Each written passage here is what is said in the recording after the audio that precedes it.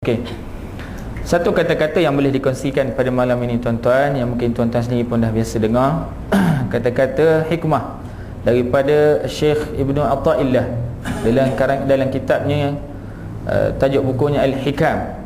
Apa kata-katanya? Ijtihaduka fima dumina laka wa taqsiruka fima tuliba minka dalilun ala intimasil basirah minka.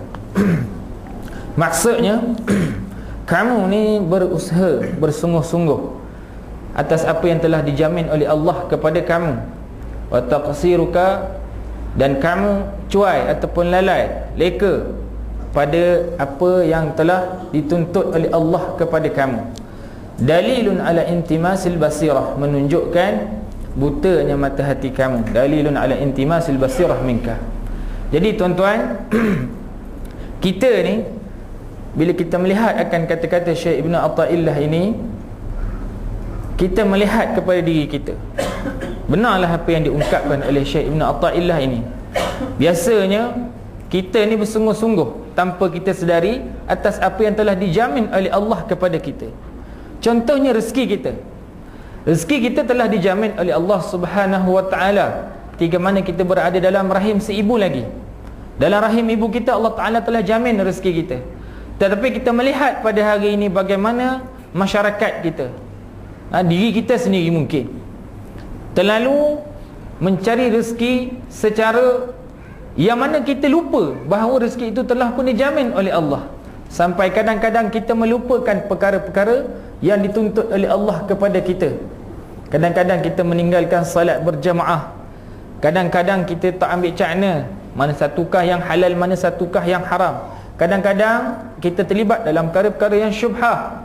Kadang-kadang kita melupakan perintah-perintah Allah yang lain dalam kita mencari rezeki yang sebenarnya telah pun dijamin oleh Allah kepada kita. Banyak lagi perkara-perkara yang dijamin oleh Allah kepada kita. Antaranya apa lagi? Jodoh kita. Tak cukup satu, cari dua. Contohlah kan, ni yang terbaru Ashraf Muslim. Muslimat tahulah Ashraf Muslim, ya kan? Cari dua. Tak nak senyum muslimat bila sebut cari dua. Orang lelaki je. Jodoh kita telah pun dijamin oleh Allah Subhanahu wa taala kepada kita. Tapi tengok masyarakat pada hari ini, muda-mudi dan remaja pada hari ini, bagaimana mereka mempergunakan masa muda mereka secara pelanggaran kepada syariat Allah Subhanahu wa taala. Walhal jodoh mereka telah pun dijamin oleh Allah Subhanahu wa taala. Dan banyak lagi perkara-perkara yang telah dijamin oleh Allah Subhanahu wa taala kita telah tinggalkan. Contohnya, perkara yang dituntut oleh Allah Subhanahu wa taala kita leka.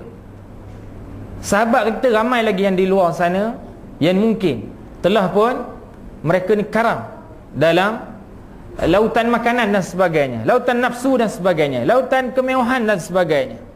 Kalau kita tengok awal Ramadan, mana-manalah ini sering kali penceramah baik ustaz-ustaz dan sebagainya menyebut, pergilah ke mana-mana tuan-tuan, kalau tuan-tuan sempat berjalan ke masjid-masjid kan, awal Ramadan ni masya-Allah, ya, betul lah kata Allah Subhanahu Wa Taala, kata Nabi sallallahu alaihi wasallam, penuh dengan rahmat Allah, penuh melata. Saya dapati, saya tengok dalam gambar itu di luar surau kita ni sampai ke tanah, masya-Allah, ya.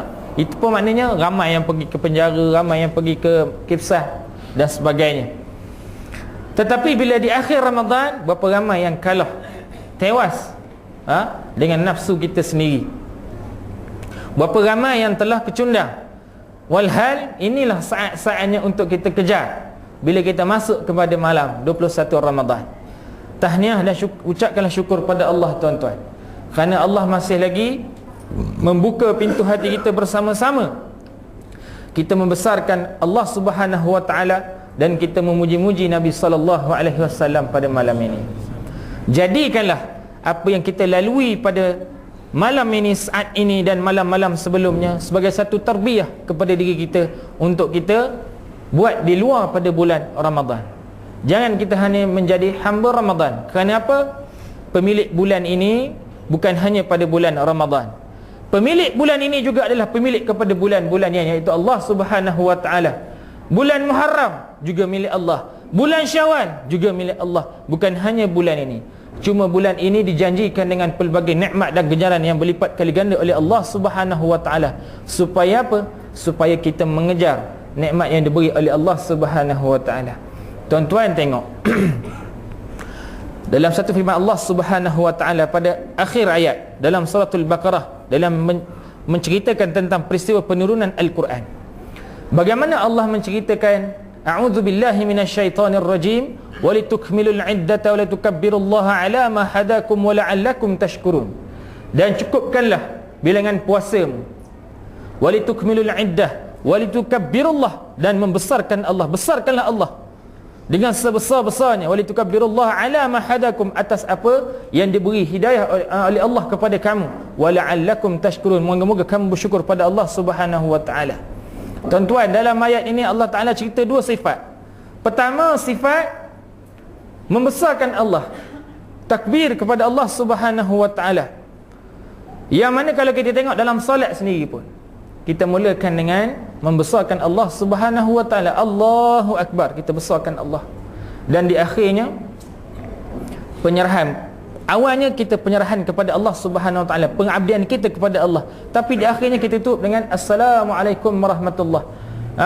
Maknanya salah satu penghormatan kita pula kepada makhluk Allah Subhanahu wa taala, baik malaikat dan juga manusia, dengan kita memberi salam. Tuan-tuan tengok, dalam ayat ini Allah Taala menyuruh kita membesarkan Allah. Membesarkan Allah ini bukan hanya dalam kita melakukan salat, tetapi dalam kehidupan kita. Apa makna takbir ataupun membesarkan Allah? Membesarkan Allah ni maknanya kita membesarkan Allah dan kita mengecilkan perkara-perkara yang lain. Bukan hanya kita sebut di mulut. Orang sebut takbir, kita sebut Allahu Akbar. Orang sebut takbir, kita sebut Allahu Akbar. Tetapi makna di sebalik kalimah yang kita tuturkan itu merangkumi seluruh aspek kehidupan kita. Mana satukah yang lebih aula dalam kehidupan kita? Antara salat berjemaah dengan lak separuh kereta, contohnya kan. Saya minat sporting, tuan-tuan, sebab tu sebut sporting sok mau. Tapi tak tukar-tukar lagi lah, bengkok lah. Jadi maknanya dalam kehidupan kita, tuan-tuan, kita duduk di rumah dalam keadaan yang selesa.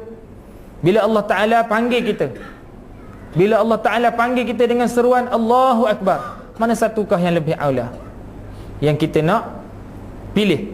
Sama ada kita meneruskan dengan kerja-kerja kita atau kita menerima panggilan Allah Subhanahu wa taala. Itu sifat takbir, membesarkan Allah. Dan juga di last sekali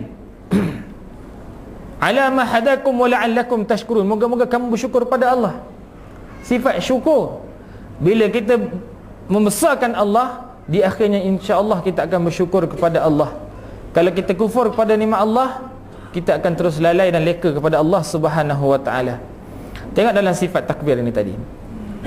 Kita mula dalam puasa kita. Pagi kita mula dengan kita berlapar. Di akhirnya kita dianjurkan oleh Nabi Muhammad sallallahu alaihi wasallam memberi pula makan kepada orang yang lapar. Itu sifat takbir. Kan? Bermula dengan kita sendiri lapar. Di akhirnya masa nak berbuka disunatkan pula kita beri makan kepada orang yang lapar. Di sebalik itulah menunjukkan tanda syukur kita kepada Allah Subhanahu wa taala. Di samping kita lapar dan kita beri makan kepada orang yang lapar. Jadi dalam kesempatan ini, tuan-tuan, marilah sama-sama saya menyeru kepada kita, tinggal sikit sangat dah, ya. Biasa orang buat analogi, kalau kita berlari betul-betul dan hampir dengan garisan penamat, masa itulah kita pecut. Masa lain kita relax dulu. Kalau lari berapa ratus meter tu, kan, hok lari hok Uganda apa Kenya selalu menang tu kan, dia lari slow dulu, tuan-tuan. Bila di akhir tengok, tuan-tuan, dia pintas habis. Mak-mak itah hok lain, tak, Amerika ke Eropah ke habis dipintas, England ke habis dipintas. Lelah hok di hok kecil hok Kenya itulah hok menang. Jadi analogi lebih kurang begitulah.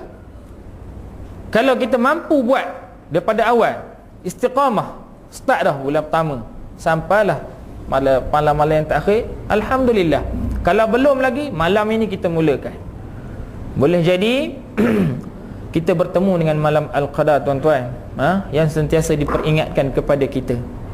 Kerana apa? Satu nikmat yang sangat besar si Allah Subhanahu wa taala, Allah Taala anugerahkan kepada kita dengan malam Al-Qadar. Jadi carilah malam Al-Qadar ni, tuan-tuan. Nabi suruh kita cari. Saya dah sebut baru ni kan, bagaimana ketika mana ditanya oleh Sayyidatina Aisyah radhiyallahu anha kepada Nabi, bila apa yang aku nak baca ya Rasulullah bila aku merasakan akan kehadiran malam Al-Qadar ini? Antaranya doanya, Allahumma innaka afuun karim tuhibbul afwa fa'fu anni. Hak imam baca tu kan. Tak dapat juga, ada riwayat lain menyebut Rabbana atina fid dunya hasanah wa fil akhirati hasanah wa qina adzabannar. Tuan-tuan, tak rasa pun tak apalah, sebab kita ni bukan di kalangan kategori alim ulama, ya. Jadi kita buatlah amal ibadah yang kita mampu. Tuan-tuan, buatlah. Saya seru pada diri saya dan tuan-tuan semua, kalau tak mampu nak buat sendiri, ikutlah secara berjamaah dengan Pak Imam ada nanti. Kalau mampu buat sendiri, buatlah. Nak perbanyakkan lagi, mungkin dengan imam lambat sikit, kalau kita buat laju sikit boleh, banyak sikit terpulang. Tapi buatlah, rebutlah peluang ini, ya. Saya menyeru diri saya. Kerana apa? Saya sendiri merasa bimbang, tuan-tuan. Tahun ini tuan-tuan melihat saya di sini, dan saya melihat tuan-tuan di hadapan saya. Tahun depan belum tentu, tuan-tuan. Tahun depan belum tentu. Mungkin kita akan kehilangan sahabat-sahabat kita di sekitar kita, di sekeliling kita, kiri dan kanan kita tak tahu lagi. Jadi marilah sama-sama, ya. Kita ambil kata-kata Syekh Ibn Atha'illah ini, jangan kita cuai dengan apa yang telah dijanjikan oleh Allah Subhanahu wa taala, balasan syurga oleh Allah Subhanahu wa taala dengan kita mendirikan qiyam pada malam bulan Ramadan ini. Jadi tak ada witir lah ni, boleh lama je. Biasa Pak Imam dia bagi kad kuning ataupun kad merah kan. Jadi malam ini dia tak ada witir, boleh panjang sikit lah, ya. Tak ada, insya-Allah kita berhenti sekejap aja nanti. Jadi pada malam ini tuan-tuan, marilah sama-sama, ya, kita membesarkan Allah Subhanahu wa taala dengan kita menghidupkan malam pada bulan Ramadan ini. Tinggalkanlah sekejap, ya. Tinggalkan isteri sekejap, bukan tinggal rumah dak, ya. Maknanya, ya, ada hadis kan bagaimana Sayyidatina Aisyah cerita Nabi bila di akhir Ramadan sampai istilahnya Nabi ikat kain, Nabi ketatkan kain, maknanya meninggalkan isterinya, tidak lagi maknanya bersama-sama, dalam istilah bahasanya berjimak, ya. Tinggalkan sekejap, bukan tinggal terus. Tinggalkan sekejap dengan apa? Ganti dengan apa? Menghidupkan malam itu dengan ibadah qiyamul lail, dengan solat-solat sunatnya, ya. Jadi saya menyeru, kalau mampu tuan-tuan buatlah sembahyang tasbih tiap-tiap malam buat. Selain daripada tahajud berapa rakaat, tambah dengan biasa. Kalau biasa buat 2, tambah lagi, tambah lagi. Nanti imam akan beritahu berapa banyak tahajud kita nak buat. Kalau mampu tambah sikit lagi dengan tasbih dan sebagainya, ya. Moga-moga Ramadan ini menjadikan kita ataupun membuahkan buah ketakwaan yang sangat mendalam, kecintaan kita kepada Allah dan juga kepada Nabi Muhammad sallallahu alaihi wasallam. Jadi tuan-tuan yang mati Allah sekalian, rasa itu sahajalah seberingkah pada saya pada malam ini. Sebenarnya ada nota sikit tuan-tuan, tapi tinggal seluk-seluk tak ada. Ada kunci je sudahlah dah, ya. Tapi tak apalah. Moga-moga walaupun tak banyak, dapatlah sedikit daripada saya pada malam ini. Kita bertemu lagi pada Ramadan yang akan datang. Moga-moga Ramadan ini tuan-tuan, Allahumma ja'al Ramadan ila Ramadan kafarah lima bainahuma. Moga-moga Ramadan yang lepas dan Ramadan ini menjanjikan kafarah, pengampunan dosa bagi kita, insya-Allah, ya. Kita mohon pada Allah, dan Allah Ta'ala, Allahumma rizukna, Allah Ta'ala rezekikan kepada kita ni semua Lailatul Qadr, malam Al-Qadar kepada kita tuan-tuan, insya-Allah, ya. Mintalah pada Allah, ya, mintalah pada Allah waktu yang sangat mustajab pada bulan-bulan Ramadan ini, supaya Allah Ta'ala rezekikan kita dengan malam Al-Qadar. Allah Ta'ala terima dah doa kita tuan-tuan. Allahumma balighna, kita minta doa, Allahumma balighna, ya Allah pertemukan kami dengan bulan Rajab, dengan bulan Syaban, dengan bulan Ramadan. Allah dah terima dah doa kita, masya-Allah, syukurlah pada Allah. Dan kita dah berada pada bulan ini, kita minta lagi pada Allah, ya Allah rezekikan aku dengan malam Al-Qadar ini, ya. Tuan-tuan carilah lagi apa maklumat-maklumat. Ustaz ni cerita Lailatul Qadar apa dia sebenarnya? Masya-Allah tuan-tuan, sangat besar ganjarannya, ya, sangat besar ganjarannya. Carilah penambahan maklumat yang lain.